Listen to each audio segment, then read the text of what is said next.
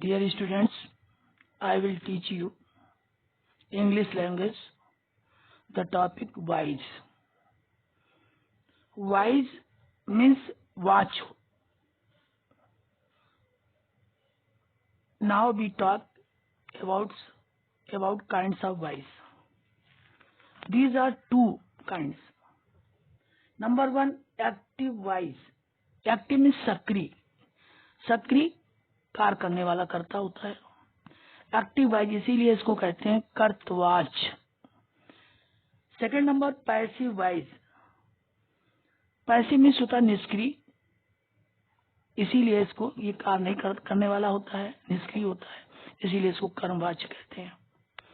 The rules of active voice change into passive wise. The rules of active voice change into passive wise.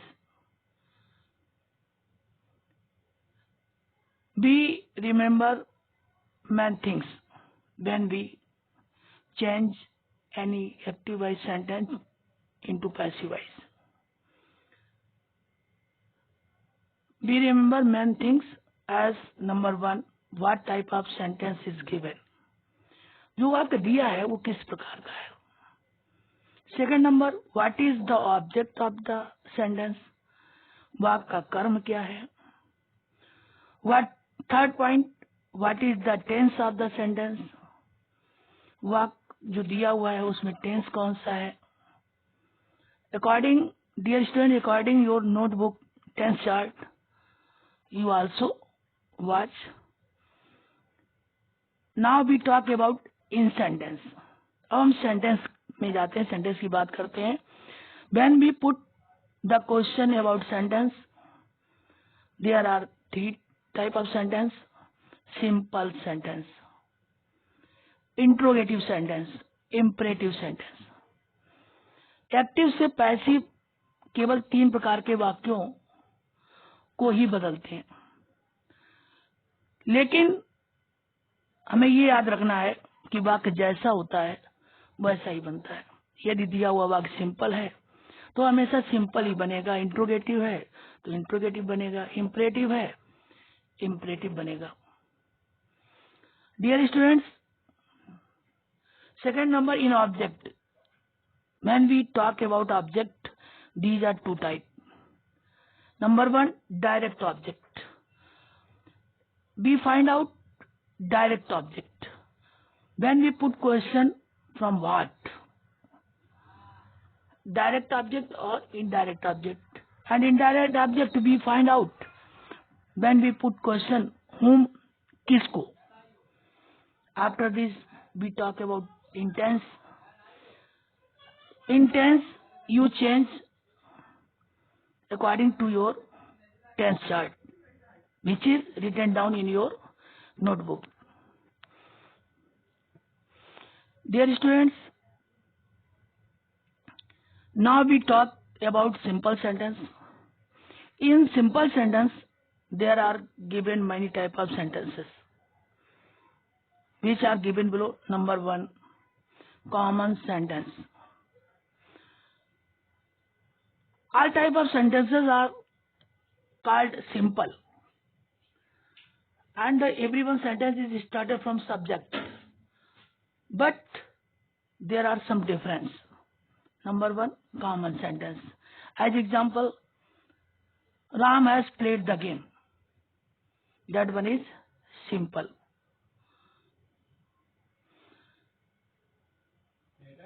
Sentence simple. It is started from subject. When we talk about simple sentence, that one is started from subject. Second number, object, direct object. As we proceeded before, but after this I also proceeded. Direct object. इसका पता वाक्य में हमेशा what से प्रश्न करने से चलता है. यानी जब कोई वाक्य दिया रहता है तो जब हम व्हाट से क्वेश्चन करते हैं तो हमें पता चलता है कि ये डायरेक्ट ऑब्जेक्ट है. Second number, indirect object. इसका पता हमेशा वाक्य में whom, किसको से प्रश्न करने से चलता है. जैसे जैसे for example, I gave you my pen, मैंने तुम्हें अपना कलम दिया। मैंने तुम्हें क्या दिया? अपना कलम। डायरेक्ट ऑब्जेक्ट क्या मिला? My pen. डायरेक्ट ऑब्जेक्ट मिला माई पेन। मैंने तुम्हें अपना कलम दिया। मैंने किसको अपना कलम दिया? तुम्हें। You direct object you. Now we form this sentence into passive voice. We form with the help of direct object also, indirect or indirect object, as we form this sentence with the help of direct object, my pen.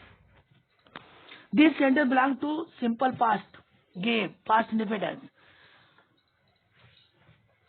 In meantime, we use the helping verb of the past continuous tense. My pen singular number subject, due to this was. My pen was. You always use third form of the main verb when you form any sentence in passive voice.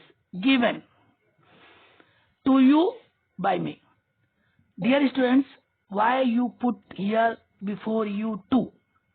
In meantime, when direct object is given in the sentence first and indirect object is given in the second, in meantime before indirect object use always to. Due to this, we use before you to. Or I also form this sentence with the help of indirect object. You were given my pen by me. Second sentence. Ram has played the game. In this sentence, direct object is only the game. The game sentence is belong to present perfect. Due to this present perfect continuous tense helping verb we use.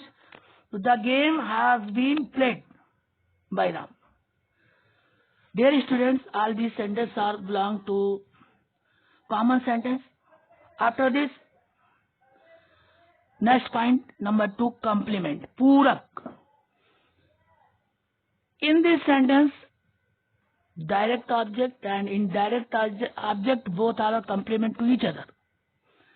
And like so sentence, we form in passive voice always with the help of indirect object, not direct object. Only indirect object. And totally that one is dependent on tense, like common sentence. I made you the monitor of the class. You the monitor of the class, you. Both are equal. Both are used for only one person. We form this sentence with the help of indirect object you. This sentence belongs to past indefinite tense. Due to you, we use helping verb past continuous tense. According to you, you were made the monitor of the class by me. That one is called complement.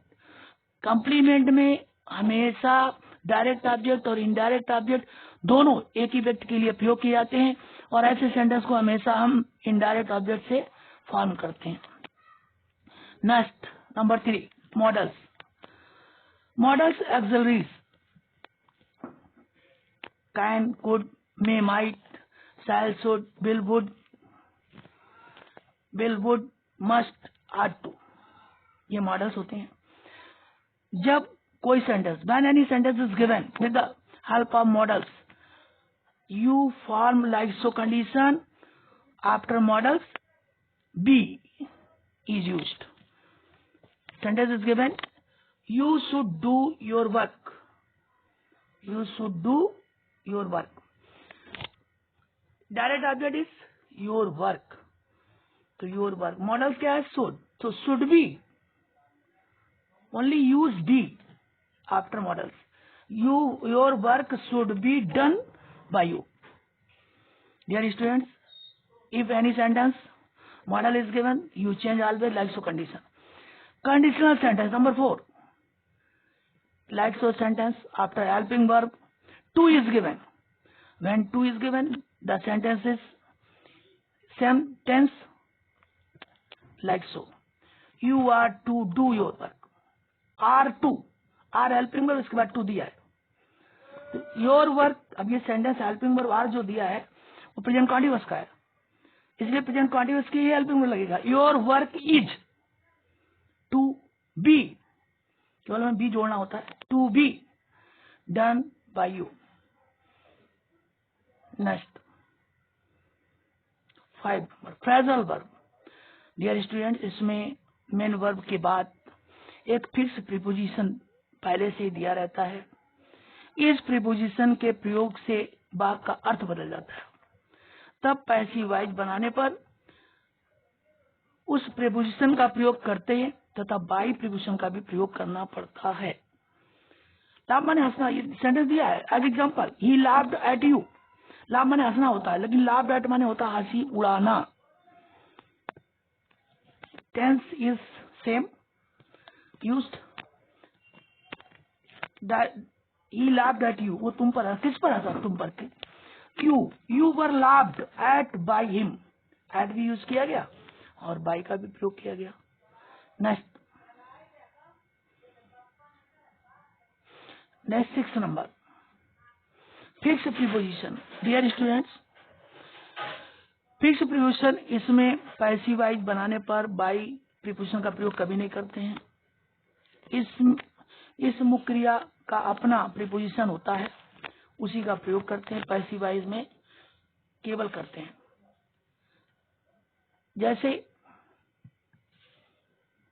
जैसे example, he knows you, knows you indirect object है you, sentence है present definite tense का, present continuous के helping verb use करेंगे तो you are known to him. यहाँ पर bye के स्थान पर टू का प्रयोग किया गया, कि नोन के बाद टू लगता है, जैसे प्लीज्ड के बाद विद लगता है, सरप्राइज्ड, काट दो इसको, काट दो, सरप्राइज्ड के बाद हमेशा एट लगता है, एस्टोनिश्ड के बाद, काट दो इसको भी, एट लगता है, एट, बरीड के बाद हमेशा अबाउट लगता है, सेटिस्फाइड के बाद हमेशा विद लगता है। तो dear students, some words are given as example. Next infinitive. Infinitive वह होता है जिस वाक्य में दो मुख्य क्रियाएं दी रहती हैं और दूसरी मुख्य क्रिया के पहले हमेशा टू दिया रहता है। ऐसी स्थिति में कर्ता जो होता है वो सक्रिय नहीं होता है, तो हमेशा ऐसे वाक्यों को हम कर्ता से ही पैसिव वॉइस में बदलते हैं। We form like so sentences always with subject, with the help of subject. I like you to play the game, तो सब्जेक्ट क्या है इसका आई, लेकिन वो सक्रिय नहीं है, तो आई लाइक हमने वैसे ही ले लिया। अब देखा इसका डायरेक्ट ऑब्जेक्ट क्या है, द गेम, तो हमने लिख लिया the game, I like the game. अब इसके बाद मेन वर्ब के पास गए तो टू प्ले, तो टू बी प्लेड। अब अगर इसमें टू के पहले कोई ऑब्जेक्ट अगर ऑब्जेक्ट के रूप में यूज किया गया है तो वही एज ए सब्जेक्ट होता है, तो लिख दिया बाय यू, बाय यू। तो like sentence form like so condition. Next conjunction. Dear students, इसमें दो वाक्य दिए रहते हैं, कोऑर्डिनेट या सबऑर्डिनेट कंजक्शन से दोनों वाक्य जुड़े होते हैं। ऐसी स्थिति में हमें केवल एक वाक्य का ही पैसिव वॉइस बनाना होता है और दूसरा वाक्य वैसे ही उतार लेते हैं। लिखा हुआ है, सेंटेंस एग्जांपल दिया गया है, he said that I told you a story. इसमें जो हमें सरल लगता है एक पक्ष को बनाते हैं, ही सेड हमने वैसे ही ले लिया, दैट कंजक्शन ले लिया। अब सेंटेंस हमारे पास बचा I told you a story. क्या a story, direct object, you indirect object, a story से बना दिया। सेंटेंस पास्ट रिपीट टेंस का है, simple past. A story was told to you by me. Next 9 number special sentence. This sentence is very important. and that one is always started from it is time. When you form like so sentence, it is also in passive voice started it is time. After this we use for. After this object a letter. फिर after this मुख्य क्रिया और to के बीच में be लगा देते, to be written. Dear student listen again. It is time को वैसे उतार लेते हैं. इसके बाद अपनी तरफ से फॉर लगा देते हैं. फॉर लगाने के बाद जो कर्म दिया रहता है उसको लिख देते हैं और इसके बाद मुख्य क्रिया और टू के बीच में बी लगाकर लिखते हैं. और बी लगाने के बाद मुख्य क्रिया का हमेशा थर्ड फॉर्म लगता है. Next 10 number. Dear students, fix subject. यह वह सब्जेक्ट होता है जो हमेशा वही करता उसी कार्य को करता है. कार्य करने वाला कर्ता एक ही होता है, दूसरा नहीं होता है. ऐसी स्थिति में उस कर्ता को हम कभी कर्म के स्थान पर नहीं लिखते हैं. जैसे the people speak English all over the world.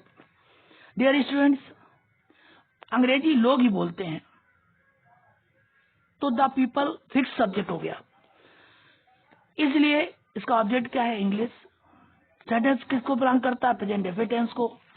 इसलिए हो गया English is spoken all over the world. हमें बाय की आवश्यकता नहीं है क्योंकि फिक्स सब्जेक्ट है. फिक्स सब्जेक्ट को हमें लिखना नहीं तो बाय की आवश्यकता नहीं. Next 11 number, indefinite pronoun. Dear students, indefinite pronoun वे प्रोनाउन होते हैं जो कर्ता के स्थान पर ये केवल प्रयोग किए जाते हैं. कर्म के स्थान पर कभी इनका प्रयोग हम नहीं करते हैं. जब ऐसे वाक्य आ जाते हैं तो हमें बाय प्रीपोजिशन की उसमें आवश्यकता नहीं पड़ती है. शेष परिवर्तन पहले की तरह करते हैं. Someone has stolen my pen. Someone indirect indefinite pronoun है. सेंटेंस हमारा प्रेजेंट परफेक्ट टेंस का है. ऑब्जेक्ट माय पेन है. माय पेन को ले लिया. My pen has been stolen. Someone खत्म हो गया. इसमें दो प्रकार के, डियर स्टूडेंट, इसमें दो प्रकार के वर्ब होते हैं. हम लोग बात कर लें. कभी कभी कोई पूछ देता आप लोगों से कि किसका पैसिव वॉइस बनता है और किसका पैसिव वॉइस नहीं बनता है. तो ट्रांजिटिव वर्ब होता है जिसको हम हिंदी में कहते हैं सकर्मक क्रिया. सा माने सहित. जो मुख्य क्रिया कर्म के साथ प्रयोग की जाती है उसका पैसिव वॉइस बनता है. इंट्रांजिटिव वर्ब वो होता अकर्मक. आ माने रहित. जो मुख्य क्रिया कर्म से रहित होती है, जिस मुख्य क्रिया के साथ कर्म नहीं दिया होता है उसका कभी पैसिव वॉइस नहीं बनता है. ऐसे वर्ब होते हैं जैसे गो, रिटर्न. ये हमेशा स्थान की ओर इशारा करते हैं, इसलिए इनका कभी पैसिव वॉइस नहीं बनता है. थैंक्स.